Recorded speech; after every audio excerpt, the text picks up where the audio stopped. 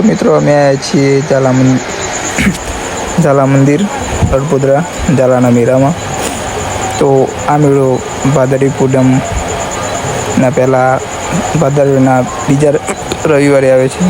તો જોઈ શકો છો આ છે ઝાલાનો મેળો. હું અને મારા ભાઈઓ અમે આવ્યા છીએ. તો કરતબ જોઈ શકો, બહુ એક મોટો મેળો ભરાઈ રહ્યો છે. ઝાલા બાવજી મેળાનું નામ છે.